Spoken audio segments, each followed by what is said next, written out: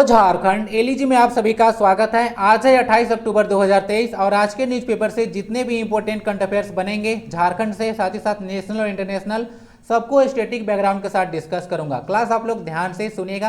ये लेक्चर आपको करंट के साथ साथ स्टैटिक पोर्शन में भी काफ़ी हेल्प करेगा। ठीक है, विश्वास नहीं है तो एंड तक बने रहिएगा। न्यूज़ निकल कर आ रहा है आसाम से कि अगर आसाम में दूसरी शादी करना है तो सरकार से आपको अनुमति लेना होगा। टेंशन मत लीजिए, ये सारा लोगों के लिए नहीं है और वैसे भी आप आसाम से नहीं है। तो गवर्नमेंट ऑफिसर्स लोग के बारे में बात किया जा रहा है कि अगर सरकारी कर्मचारी हैं उनको अगर दूसरी शादी करना है तो अनुमति लेना होगा। तो इस तरह का प्रोविजन आसाम से निकल कर आ रहा है, तो थोड़ा वो ध्यान रख सकते हैं। बाकी स्टैटिक पोर्शन में कुछ ध्यान रखिएगा। ये एक्ट है 1955 का, जिसको बोला जाता है हिंदू मैरिज एक्ट। तो इसमें जो हिंदू हैं, बौद्ध हैं, सिख है और जैन है, ये धर्म जो मानने वाले लोग होते हैं उन पर जो है हिंदू मैरिज एक्ट 1955 का लागू होता है। इसके तहत जो है दूसरी शादी को, यानी जो बोली कि जो मल्टीपल मैरिज किया जाता है उसको प्रोहिबिट किया जाता है। ठीक है, यानी कि उस पर प्रतिबंध लगाया जाता है। तो ये तो कुछ प्रोविजन हो गया। बाकी आसाम न्यूज में है तो आपको जो है स्टैटिक पोर्शन में कुछ क्वेश्चन पूछा जा सकता है, वह सुनिएगा। पहले तो करंट का ही क्वेश्चन रहेगा कि यहाँ के सीएम कौन है, तो ये है हेमंता बिस्वा शर्मा। यहाँ के गवर्नर कौन है, तो उनका नाम है गुलाब चंद कटारिया। गवर्नर का अपॉइंटमेंट आर्टिकल 155 के तहत प्रेसिडेंट ऑफ इंडिया के द्वारा किया जाता है। बाकी आसाम का कैपिटल तो पता होगा, दिसपुर है, और यहाँ पे 7 सिस्टर में भी इसको इंक्लूड किया जाता है। 7 सिस्टर में सिक्किम नहीं आता है, बात ध्यान रखिएगा। आसाम है, आसाम जो है टी का जो है लीडिंग प्रोड्यूसर है। यहाँ पर देखिएगा तो भारत का सबसे बड़ा नदी द्वीप है, भारत का सबसे बड़ा नदी द्वीप जो कि ब्रह्मपुत्र रिवर में है, जिसका नाम है माजुली। यहाँ पे कुछ नेशनल पार्क है, तो सबसे पहले याद रखिएगा काजीरंगा नेशनल पार्क, जो कि वन हॉर्न राइनो के लिए फेमस है। 1985 में इसको वर्ल्ड हेरिटेज साइट, यूनेस्को का जो वर्ल्ड हेरिटेज साइट है उसमें भी इंक्लूड किया गया था। कुछ और देखिएगा तो नामेरी है, उसके बाद आपको मानस देखने को मिलेगा, ओरांग, ये सब कुछ नेशनल पार्क यहाँ पे है। और कुछ ध्यान से सुनिएगा, यहाँ पे व्यू फेस्टिवल भी सेलिब्रेट किया जाता है, जो कि 1 साल में 3 बार इसको सेलिब्रेट किया जाता है। आसाम में भारत का सबसे बड़ा नदी पुल, ध्यान सुने, सबसे बड़ा नदी पुल है, जिसका लेंथ है 9.15 किलोमीटर, इतना लेंथ है। इसका नाम है भूपेन हजारिका ब्रिज। इसको ढोला सादिया ब्रिज के नाम से भी जाना जाता है। यह लोहित रिवर पर है और लोहित जो है ब्रह्मपुत्रा की सहायक नदी है। इतना सारा चीज याद रखिएगा। ये है आसाम के बारे में। आसाम 7 अन्य राज्यों के साथ सीमा साझा करता है, ये भी बात ध्यान रखिएगा। क्वेश्चन इस तरह से जेएसएससी में फ्रीक्वेंटली पूछा जाता है। अभी एक जो लैब असिस्टेंट का एग्जाम हुआ था उसमें पूछा गया था कि राजस्थान की सीमा जो है कितने राज्यों के साथ लगती है, तो बताइए जरा इसका आंसर कि कितने राज्यों के साथ लगती है। चलिए आगे बढ़ते हैं। बाकी आपको पता होगा एशियन वुमेन्स जो हॉकी चैंपियनशिप है उसका उद्घाटन हुआ कल, और झारखंड की जो संगीता कुमारी हैं वह 3 गोल जो है दागे थे। तो डिस्कस करूंगा इस न्यूज को आगे। बाकी इसका पीडीएफ आपको ना टेलीग्राम पे मिलेगा, तो जाकर वहाँ डाउनलोड कर सकते हैं। लिंक डिस्क्रिप्शन बॉक्स में सबका अवेलेबल रहता है। Let's clear up. आज का पहला क्वेश्चन है, झारखंड में चल रही एशियाई महिला हॉकी चैंपियनशिप में भारत ने अपने पहले मैच में किस देश को हराया? यहाँ पे कुछ गड़बड़ हो गया है। किस देश को हराया? जापान को, थाईलैंड को, चीन को या फिर मलेशिया को? तो इसका सही आंसर हो जाएगा थाईलैंड को। तो ये क्वेश्चन आपके लिए इंपॉर्टेंट रहेगा क्योंकि जो पहला बार हो रहा है, ये देखिएगा तो जो एशियन जो वुमेन्स हॉकी चैंपियनशिप हो रहा है, ये सिर्फ झारखंड में पहला बार नहीं है, भारत में जो है पहला बार ये चैंपियनशिप हो रहा है। और इसमें इंडिया का जो पहला मुकाबला किसके साथ था? तो थाईलैंड के साथ था। ये बात ध्यान रखिएगा। तो थाईलैंड तो हो चुका है, थाईलैंड को जो है हराया गया था। आइए देख लेते हैं। 7-1 से हराया गया था थाईलैंड को पहला मुकाबले में। इवेंट आपको ना 27 अक्टूबर से 5 नवंबर के बीच को देखने को मिलेगा। एक क्वेश्चन आपसे पूछा जा सकता है कि जो भारतीय महिला हॉकी टीम है उसकी कप्तान कौन है? तो सविता पुनिया को जैसे कप्तान बनाया गया है। बाकी इस मैच में जो संगीता कुमारी हैं उन्होंने 3 गोल किए थे, और जो सलीमा टेटे हैं उन्होंने 1 गोल किए थे। ये दोनों पर्सन काफ़ी इंपॉर्टेंट है आपके लिए, संगीता कुमारी, सलीमा टेटे, और एक और पर्सन है जिनका नाम है निक्की प्रधान, जो कि झारखंड में देखिएगा तो ओलंपिक में पार्टिसिपेट करने वाली पहली हॉकी खिलाड़ी हैं, महिला में कैटेगरी में बात कीजिएगा तो 3 प्लेयर जो है इस इवेंट में भी जो है भाग ले रही हैं झारखंड से। ये बात ध्यान रखिएगा। संगीता कुमारी, सलीमा टेटे दोनों जो है सिमडेगा से हैं, और निक्की प्रधान का संबंध खूंटी डिस्ट्रिक्ट से है। मोनिका ने जो पहला गोल किए थे, एक मोनिका प्लेयर हैं, तो उन्होंने जो है पहला गोल किए थे इस शुरुआती गेम में। थाईलैंड इसका आंसर हो जाएगा। ठीक है, बाकी यहाँ पे देख लीजिएगा, ये सारा चीज़ यहाँ पे लिखा हुआ यही है, संगीता कुमारी। तो भारतीय टीम ने जी से शुरुआत किया, थाईलैंड को रौंदा गया था, यानी कि हराया गया था। ठीक है, तो आंसर इसका बी है। ठीक है, सारा चीज हो चुका है। पहला हमारा गेम किसके साथ हुआ तो वो भी ध्यान रखिएगा, कितने से हराए ये भी ध्यान रख लीजिएगा, कप्तान कौन है, संगीता कुमारी ने कितने गोल किए, कितने प्लेयर झारखंड से। जो ओपनिंग डे में था वो हमें ना 3 गेम हुआ था। पहले तो आपको पता होगा भारत ने जो है यानी कि इंडिया जो है वो किसको हराया, थाईलैंड को हराया। दूसरा गेम में देखिएगा जापान ने मलेशिया को हराया और कोरिया ने जो है चीन को हराया। और टोटल जो टीम पार्टिसिपेट कर रहे हैं उसमें 6 टीम पार्टिसिपेट कर रहे हैं। तो क्या इस इवेंट में इंडिया जीतेगा, बताइए जरा, देखते हैं। ठीक है, जीतेगा या फिर नहीं जीतेगा, आप लोग थोड़ा प्रेडिक्ट करके बताइए। नेक्स्ट क्वेश्चन आ रहा है, चुनाव आयोग के निर्देशानुसार मतदाता सूची विशेष संक्षिप्त पुनरीक्षण कार्यक्रम के तहत किए गए मतदाता सूची के प्रकाशन में राज्य मतदाताओं की संख्या में कितनी वृद्धि दर्ज की है। इतना सारा पढ़ लिए। यहाँ पे जो है से मतलब ये एक तरह का अनुमान लगाया जा रहा था, यानी कि बोलिए कि एक सूची तैयार किया जा रहा था कि राज्य में कितने मतदाता हैं, तो उसमें कितना परसेंट वृद्धि दर्ज किया गया है ये आपसे पूछा जा रहा है। 1.91%, 2.42%, 2.16% या फिर 2.71%। सही आंसर इसका सी है, 2.16% जो है वृद्धि दर्ज किया गया है। बाकी यहाँ पे देख लीजिएगा, राज्य में बोला जा रहा है कि जो मतदाताओं की संख्या वह 2.5 करोड़ है। जैसे देख सकते हैं यहाँ पे 2,50,59,746 है, इतना है। और मतदाताओं की संख्या में वृद्धि जो है से 2.61% हुआ था। और पुरुष के मतदाताओं की संख्या में देखिएगा तो 2.15 जो है से लाख वृद्धि हुआ था, और महिलाओं में 3.14 लाख वृद्धि हुआ था। देखिए पहले महिलाओं लोगों को जो है से वोटिंग का राइट नहीं था, तो सबसे पहला जो देश है जो कि महिलाओं को जो है से अधिकार दिया था वोटिंग राइट, वह न्यूजीलैंड था।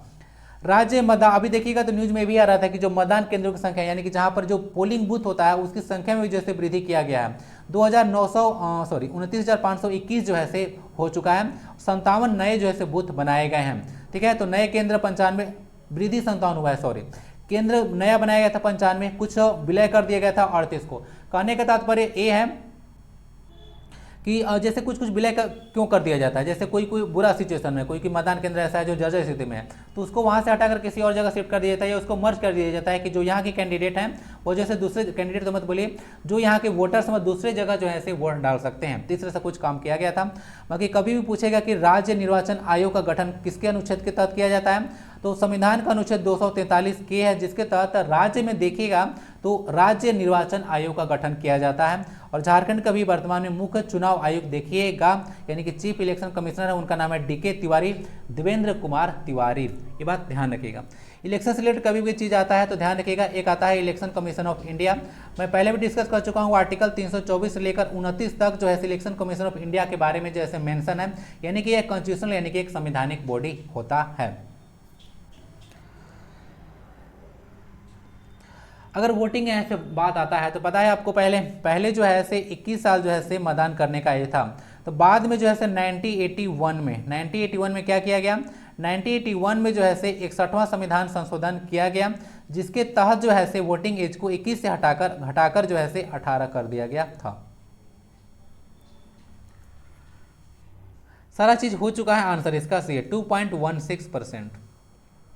आप लोग रीड कर सकते हैं। हाल ही में रघुवर दास किस पार्टी के उपाध्यक्ष पद से इस्तीफा दिया है, ने किस पार्टी से, सॉरी, तो रघुवर दास जो है किस पार्टी से के उपाध्यक्ष पद से इस्तीफा दिए हैं, बीजेपी, कांग्रेस, तृणमूल कांग्रेस या फिर आजसू। तो आपको पता होगा 2014 में जो है पूरे भारत में बीजेपी जो है पूर्ण बहुमत में सरकार बनाई थी, आपको पता होगा ये पार्टी। तो बीजेपी के यह जो है राष्ट्रीय उपाध्यक्ष थे, ठीक है, वो पद से इस्तीफा दे दिए हैं। क्यों कि इनको अभी जो है उड़ीसा का जो है गवर्नर बनाया गया है, और ये जो है गणेशी लाल का स्थान लेंगे, ये बात ध्यान रखिएगा। पहले मैं डिस्कस किया था और इसके बारे में कमेंट टैब में भी आपसे क्वेश्चन डाला गया था। तो झारखंड के देखिएगा तो पूर्व मुख्यमंत्री हैं जो कि छठे मुख्यमंत्री थे और पहले गैर आदिवासी मुख्यमंत्री थे, और भाजपा के जो राष्ट्रीय उपाध्यक्ष हैं वो पार्टी से इस्तीफा दिए हैं। तो उड़ीसा के गणेशी लाल के स्थान पर जो 26वें गवर्नर वहाँ के बनाए जाएंगे, ठीक है। ये जो एडिशनल चार्ज होता है वो सब देखिए, वो सब जो है इंक्लूड नहीं किया गया है, ठीक ना। ओवरऑल पर्सन पर बात कीजिएगा तो 26वें गवर्नर उड़ीसा के बनाए जा रहे हैं। तो इनके बारे में आपको याद रखिएगा, रघुवर दास के बारे में। बाकी यहाँ पे देख लीजिए गवर्नर से रिलेटेड प्रोविजन, तो इस्तीफा आखिर क्यों दिए हैं, यहाँ पे देख लीजिए अनुच्छेद, यहाँ पे लिखा हुआ है राज्यपाल संसद की किसी सदन या फिर विधानमंडल के किसी सदन का सदस्य नहीं होना होगा, राज्यपाल अन्य कोई लाभ का पद धारण नहीं करेगा। कहने का मतलब जो ऑफिस ऑफ प्रॉफिट का मामला आता है, तो कहीं से आपको कोई लाभ मिल रहा है तो वो आपको नहीं मिलना चाहिए, तभी जो है से राज्यपाल के लिए जो है से आप लोग लायक समझे जाएंगे। यानी कि राज्यपाल के जो पद के लिए क्या क्या शर्तें हैं, तो यहाँ पे कोई ना कोई जो है से ऑफिस को होल्ड कर रहे थे रघुवर दास, इसलिए जो है से इस्तीफा दिए हैं, क्योंकि उनको जो है से गवर्नर बनना है। ठीक है, ये बात ध्यान रखिएगा। बाकी सारा चीज़ आप लोग थोड़ा सा रीड कर लीजिएगा। आर्टिकल 155 मत भूलिएगा, ये जो है से राज्यपाल की नियुक्ति से रिलेटेड है।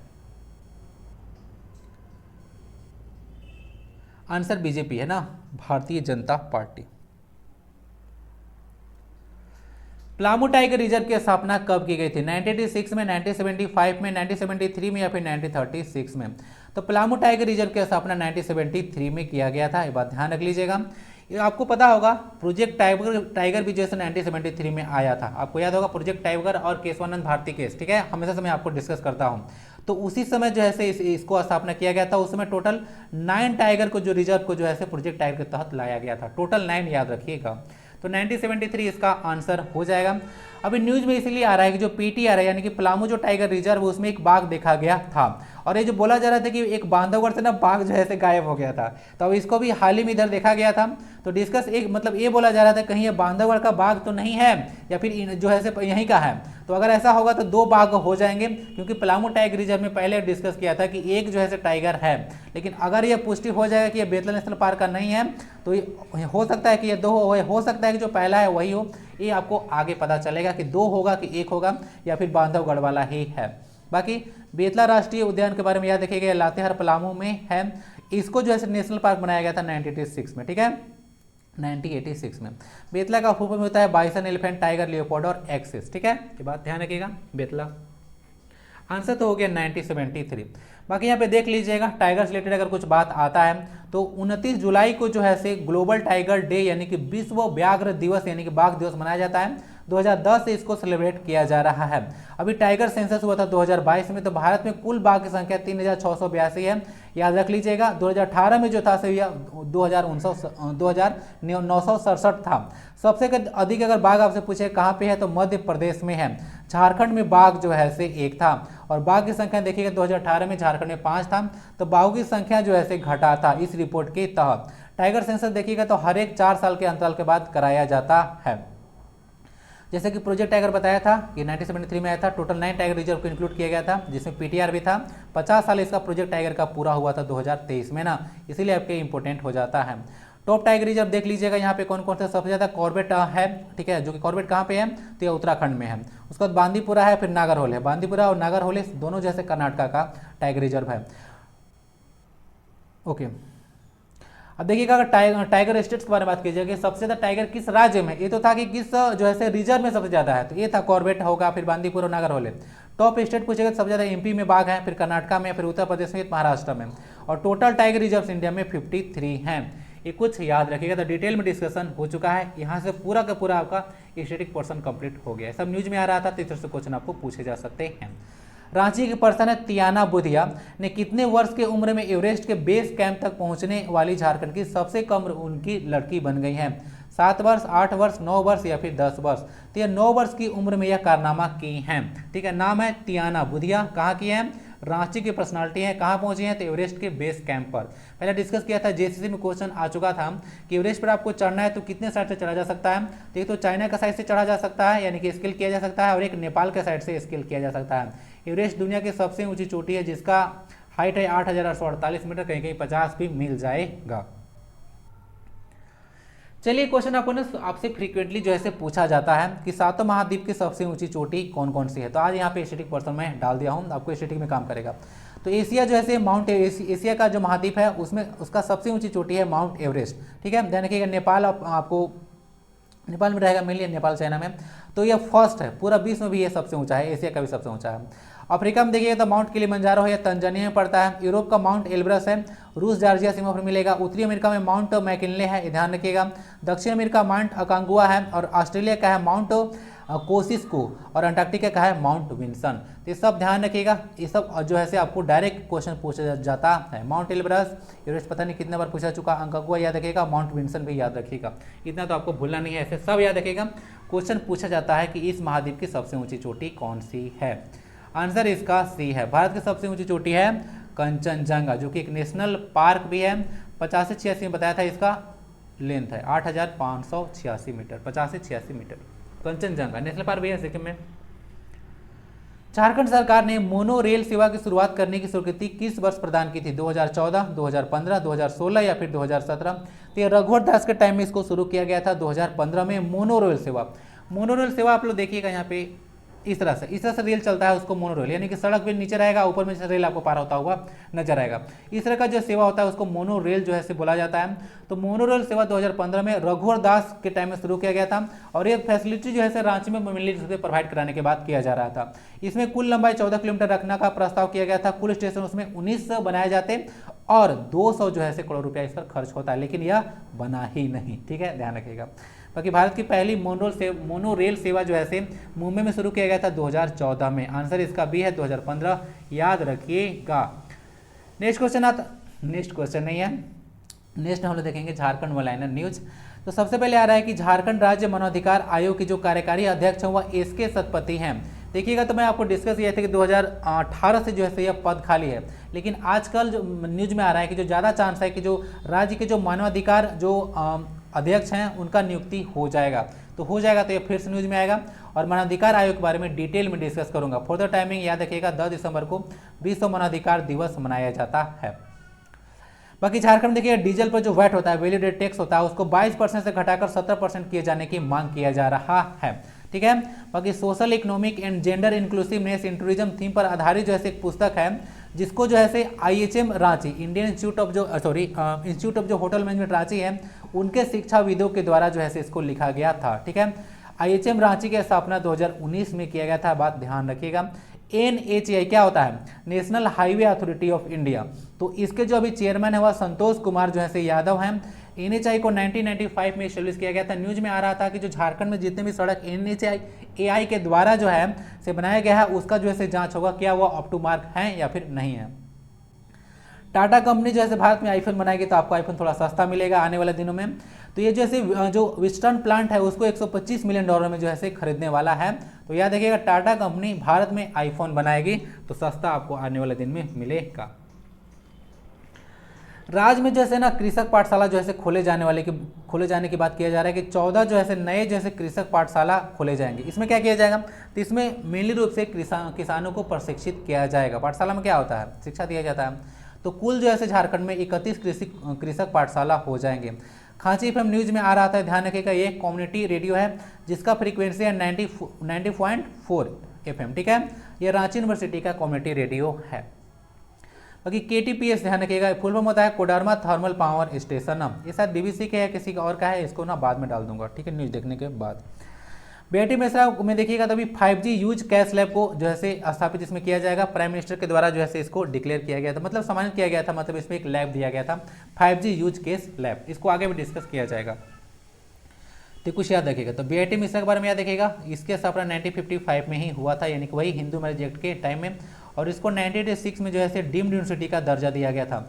डीम्ड यूनिवर्सिटी देखिएगा तो UGC एक्ट आपको पता होना चाहिए। UGC एक्ट ये है 1956 का। तो 1956 में जो UGC एक्ट आया था उसका धारा जो 3 है उसके तहत जैसे किसी इंस्टीट्यूट को जो है डीम्ड यूनिवर्सिटी का दर्जा दिया जाता है। अब आता है नेशनल और international one liner important news. तो पैरा ऐसा खेल अभी आपको पता होगा, ये चाइना में ही चल रहा है। तो उसमें जैसे एक संस्करण में यानी कि वह एक एडिशन में 2 स्वर्ण पदक जीतने वाली जैसे पहली महिला बन गई हैं शीतल देवी, और यह तीरंदाजी में जीती हैं, यानी वही दीपिका कुमारी का जो गेम है वही से। तो इनको याद रखिएगा, पूछ देगा डायरेक्ट कि शीतल देवी का संबंध किस खेल से है। बाकी जो पैरा ऐसे खेल हुआ था 2018 में, कुल पदक जो है 72 जीता गया था। ठीक है, और इस बार चांस है, अभी तो पता होगा हम लोग टोटल 107 मेडल जीते थे जो एशियन गेम्स हुआ था अभी वर्तमान में चाइना में। पैरा एशियन गेम में भी चांस है कि 100 से ज़्यादा मेडल भारत जीत कर आएगा। प्रमोद भगत को याद रखिएगा, यह बैडमिंटन के खिलाड़ी हैं और इसमें जो है स्वर्ण पदक जीते हैं, यही पैरा एशियाई गेम में ही। अभी देख लीजिएगा, पश्चिम बंगाल के वन और जो पूर्व खाद्य मंत्री थे जिनका नाम है ज्योति प्रिय मलिक, उनको जैसे राशन वितरण घोटाले में गिरफ्तार किया गया था। ठीक है, तो कहाँ के जैसे पूर्व खाद्य मंत्री थे? तो ये पश्चिम बंगाल के थे, वर्तमान में ये फॉरेस्ट मिनिस्टर थे। महुआ मोइत्रा के बारे में देखिएगा, तृणमूल कांग्रेस के सांसद, इन पर जो है ना पैसा लेकर जैसे संसद में भाषण देने का जो है कुछ आरोप लगाया गया था। महुआ मोइत्रा को याद रखिएगा, तृणमूल कांग्रेस के ये सांसद हैं। मानव को जो अंतरिक्ष में ले जाने के लिए जो इसरो का मिशन है उसको पता होगा, इसका अभी टेस्ट किया जा रहा था, तो गगनयान इसका नाम रखा गया है। बाकी ये देखिएगा तो है आपका लेपिडो और टेरोलॉजी, तो ये स्टडी ऑफ बटरफ्लाइज होता है, इसको देख लीजिएगा। यहाँ पे जो है से ना कुछ कुछ जो न्यूज आपको प्रोवाइड कराया जाता है वो कुछ कुछ स्टडी का भी मिल जाएगा। ऐसा क्यों? क्योंकि यहाँ का जो यहाँ पे जो मटेरियल प्रोवाइड कराया जा रहा है वो कुछ कुछ द हिंदू का लर्निंग कॉर्नर से भी आपको प्रोवाइड कराया जाता है, इसीलिए आपको इस तरह का न्यूज देखने को मिलता है। प्रिश्ना न्यूज में आ रहा था, प्रिश्ना की राजधानी कोसोवो है, ध्यान रख सकते हैं। बाकी स्पेशल मैरिज एक्ट है 1954 का, हिंदू मैरिज एक्ट है 1955 का, ठीक है। सिटीजनशिप एक्ट कब का है बताइएगा, क्योंकि सिटीजनशिप एक्ट जो है न्यूज में आया था 2019 में, आपको पता होना चाहिए। तो आप लोग बताइएगा कि सिटीजनशिप एक्ट है यानी कि जो नागरिकता कानून है वह कब का है। एयर इंडिया का सीईओ कैम्बेल विल्सन है। प्रोजेक्ट उद्धव, इसका संबंध रक्षा से है। प्रोजेक्ट उद्धव डायरेक्ट पूछ देगा आपसे कि किस संबंध किससे है, तो यह डिफेंस रिलेटेड है। डिफेंस जो मैटर है ना वो आपको सेंट्रल लिस्ट में देखने को मिलेगा, ठीक है। प्रोजेक्ट उद्धव याद रखिएगा, इसका संबंध रक्षा से है। इसमें देखिएगा तो अगर कभी भी डिफेंस के बारे में बात आता है तो हम लोग चाहते हैं कि हमारा जो डिफेंस सिस्टम है वह काफ़ी स्ट्रॉन्ग हो, लोगों को अच्छे से प्रशिक्षित किया जाए और अत्याधुनिक लैस जो है से प्रणाली, अत्याधुनिक तकनीक से लैस प्रणाली को हम लोग सिस्टम को डेवलप करें, तो उससे रिलेटेड जो है से यह प्रोजेक्ट है, कुछ ध्यान रख लीजिएगा। इंडिया नाम तो सुने होंगे, Indian national development inclusive alliance था। तो कुल इसमें जो है से 28 जो है से पार्टी मिलकर बना है। नवतेज सिंह जौहर, सुने केस 2018 का है, नवतेज सिंह जौहर केस है जिसमें समलैंगिकता को जो है से अपराध की श्रेणी से बाहर कर दिया गया था। यानी कि जो आर्टिकल 377 था जिसमें आपको पता होगा होमोसेक्सुअलिटी प्रोविजन है, उसको डीक्रिमिनलाइज कर दिया गया था। यानी कि लड़का लड़का शादी कर सकता है और लड़की लड़की भी शादी कर सकता है। इसको नेचर के ऐसे खिलाफ माना जाता है, लेकिन एक केस के बाद बोला गया था कि आप लोग ऐसा कर सकते हैं, ठीक है। आपका मर्जी है, आप लोग जो कीजिए। बाकी भारतीय दूर संचार संस्थान जो है देहरादून में है, अंग्रेजी में इसको इंडियन जो है से रिमोट सेंसिंग इंस्टीट्यूट बोला जाता है। बाकी इंडियन फॉरेस्ट रिसर्च इंस्टीट्यूट भी देहरादून में ही है। योम किपुर त्यौहार पूछेगा किस धर्म के लोग मनाते हैं, तो यहूदी लोग इसको मनाते हैं। ओडीआई में देखिएगा वनडे इंटरनेशनल में एक वर्ष में 50 छक्के लगाने वाले पहले भारतीय बल्लेबाज बन गए हैं हिटमैन रोहित शर्मा। चलिए आइए कुछ देख लेते हैं, कुछ न्यूज़पेपर कटिंग। तो ईसाई धर्म को छोड़कर सरना धर्म में वापस लौटे द्विवेदी कपूर। द्विवेदी पुजारी होता है, आप लोग पढ़े होंगे अलग अलग जनजातीय धर्म में। सरना धर्म आपके लिए इंपॉर्टेंट है। तो सरना धर्म देखिएगा तो आदिवासी लोगों को बोला जाता है, अलग अलग धर्म लोग मानते हैं, अलग लोगों को देखिएगा तो अलग अलग धर्म मानते हैं, लेकिन आदिवासी लोग प्रकृति को पूजा करते हैं, तो उन लोग से रिलेटेड धर्म है यह सरना धर्म। तो ध्यान रखिएगा, झारखंड विधानसभा के द्वारा जो है 11 नवंबर 2020 को सरना कोड जो है से पारित किया गया था। और यह क्वेश्चन जो है से पूरे इंडिया में पूछा गया था कि सरना कोड जो है से हाल में किस राज्य ने पारित किया है। 11 नवंबर 2020 याद रखिएगा। बाकी इंडिया मोबाइल कांग्रेस 2023 है, इसका उद्घाटन अभी कहाँ किया गया था, नई दिल्ली में नरेंद्र मोदी जी के द्वारा। तो टोटल 100 जो है 5G यूज केस लैब जो है से पूरे भारत में प्रोवाइड कराया गया था अलग अलग संस्थान को, जिसमें झारखंड का कौन सा है, तो झारखंड का BIT मिश्रा है, ठीक है। बिरला इंस्टीट्यूट ऑफ टेक्नोलॉजी ना, BIT में जो BIT मिश्रा उसमें इसका मतलब बिरला होता है। यहाँ पे आप लोग देख सकते हैं चाक पर एक पर्सन के द्वारा जो है दिए का निर्माण किया जा रहा है, क्योंकि आने वाला फेस्टिवल दीपावली में है, दीपावली है, तो दीपावली में दिए का काफी ज्यादा प्रयोग किया जाता है। अवेयरनेस के पॉइंट ऑफ व्यू से मैं कुछ शेयर करना चाहता हूं, ध्यान से सुनिएगा। आप लोग ना कोई भी फेस्टिवल सेलिब्रेट करें, नेचर का आप लोग खास ख्याल रखें। अपने इन्वायरमेंट में के चलते या फिर बोलिए लग्जरियस लाइफ के चलते इन्वायरमेंट को बर्बाद मत कीजिए। इन्वायरमेंट ऑलरेडी काफ़ी ज़्यादा बर्बाद हो चुका है, हम लोग को अब काफ़ी ज़्यादा अवेयर होने की आवश्यकता है, नहीं तो आने वाला दिन में जो है काफ़ी प्रॉब्लम हो जाएगा। दूसरा बात है भी देखिए, जैसे दीपावली आएगा तो उसमें बम पटाखे खरीदे जाएंगे, फुलझड़े खरीदे जाएगा, जिससे क्या होगा, सबसे पहले बात तो पोल्यूशन होगा, उसके बाद आपका मनी लग ही रहा है और उसके आसपास रहेगा तो आपका हेल्थ भी बर्बाद होगा, और साथ ही साथ जो पैसा है वह सिर्फ अमीर के जेब में जाएगा। लेकिन इस तरह का जो प्रोडक्ट आप लोग खरीदते हैं, दिया आदि से अधिक खरीदते हैं, तो इस तरह के जो सोसाइटी में लोग हैं, जो सोसाइटी के गरीब तबका है, इस तरह के काम में जो इंडल्ज है, उनका जो है इकोनॉमिक कंडीशन में सुधार होगा। तो ये सब कुछ चीज़ आप लोग ध्यान रखिएगा, ठीक है। चलिए आगे बढ़ते हैं। आगे आपको एक मैथमेटिक्स क्वेश्चन दिया गया है, जिसमें बोला जा रहा है कि गुमला जिले की सीमा किसके साथ नहीं लगती है, लोहरदगा, छत्तीसगढ़, उड़ीसा या फिर खुट्टी। आंसर इसका सी है, गुमला जिले की सीमा जो है उड़ीसा स्टेट के साथ नहीं लगता है। आप लोग देख सकते हैं गुमला जिले की सीमा यहाँ पे लातेहार है, इधर लोहरदगा है, इधर रांची है, खुट्टी है, सिमडेगा है, इधर उड़ीसा है, तो इसकी सीमा इसके साथ नहीं लगता है, छत्तीसगढ़ के साथ इसकी सीमा लगती है। तो आंसर तो हो चुका है, देख लीजिएगा उड़ीसा है। डिस्कशन काफ़ी ज़्यादा बड़ा हो चुका है। जेएसएससी जेपीएससी कॉर्नर में आप देखिएगा क्वेश्चन जेएसएससी एक्साइज 2019 में पूछा गया था, खिलाड़ियों और उनके खेलों के अनुसार बेमेल युग्म की पहचान कीजिए। दीपिका कुमारी तीरंदाजी, महेंद्र सिंह धोनी क्रिकेट, प्रतिमा कुमारी कुश्ती या फिर जयपाल सिंह मुंडा हॉकी? आंसर इसका सी है, प्रतिमा कुमारी का संबंध कुश्ती से नहीं है, यह जो है भारोत्तोलन यानी कि वेट लिफ्टिंग से संबंधित है। कॉमनवेल्थ गेम्स 2002 जो मैनचेस्टर में हुआ था उसमें 2 स्वर्ण पदक जीती थी कुश्ती वेट लिफ्टिंग में। नेक्स्ट क्वेश्चन है, आज आपसे क्वेश्चन पूछा जा रहा है कि झारखंड में सबसे अधिक आबादी किस आदिम जनजाति की है? सौरिया पहाड़ी या माल पहाड़ी या कोरवा या फिर बिरहोर? इस क्वेश्चन का आप लोग आंसर कमेंट बॉक्स में जरूर दीजिएगा। बाकी लास्ट आपसे क्वेश्चन पूछा गया था कि एनर्जी सिटी ऑफ इंडिया किसे कहा जाता है, तो सही आंसर रामागुंडम है। यह तेलंगाना में एक प्लेस है तो उसको एनर्जी सिटी ऑफ इंडिया कहा जाता है। तो देख लीजिएगा, रामागुंडम तो हो चुका है। भारत का सबसे बड़ा नाभिकीय संयंत्र कौन सा है, तो कुंडकुलम है। 1998 में जो है इसको स्टेब्लिश किया गया था, सबसे यह बड़ा है। सबसे पुराना पूछेगा आपसे तो यह तारापुर है, महाराष्ट्र में, 1969 का है। और जमशेदपुर को भारत का पिट्सबर्ग कहा जाता है। आई होप कि क्लास आपके लिए काफ़ी ज़्यादा फ्रूटफुल रहा होगा। तो अपना फीडबैक वीडियो पर जरूर देकर जाइएगा। पीडीएफ आपको टेलीग्राम मिलेगा, लिंक सारा का डिस्क्रिप्शन बॉक्स में अवेलेबल रहता है। यहाँ तक आते हैं तो कमेंट्स में जय हिंद जरूर लिखिएगा। वंदे भारतम, जय हिंद।